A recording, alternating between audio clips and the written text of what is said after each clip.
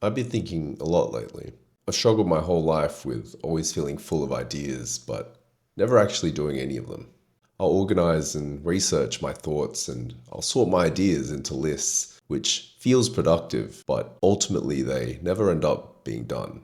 This applies to many things: my hobbies, my goals, my dreams. And once in a while, I'll find out that someone else has created something that I once had an idea to create. And it makes me feel a little sad when I realize that could have been me. I think there is value in thought. Ideas are how all things start, but it's easy to fall into the thinking trap, procrastinating on actual productivity by being fake productive and making fake progress. But just, the thoughts are imperfect. They don't feel ready. I have to actively tell myself to run away from perfection. I think the secret sauce is that we tell ourselves it has to be perfect, but actually we're just scared of failing and we justify it with perfection, which makes us scared of truly starting. In Australia, we have a term called tall poppy syndrome. We use it to describe the negative social phenomena where we criticize or mock those that are trying to stand out or be the tallest poppy. It has the ripple effect of causing us to be fearful of the criticisms if we try and then fail. But we only have so much time on this earth, and time passes whether you like it or not.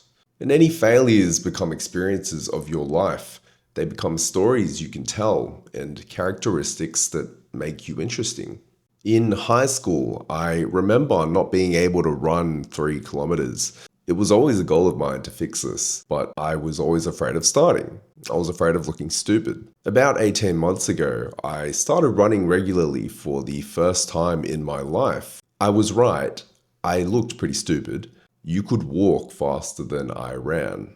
But I'm so happy that I tried to take the first step because I ran again a few days later. And then I ran again the next week and the next and so on.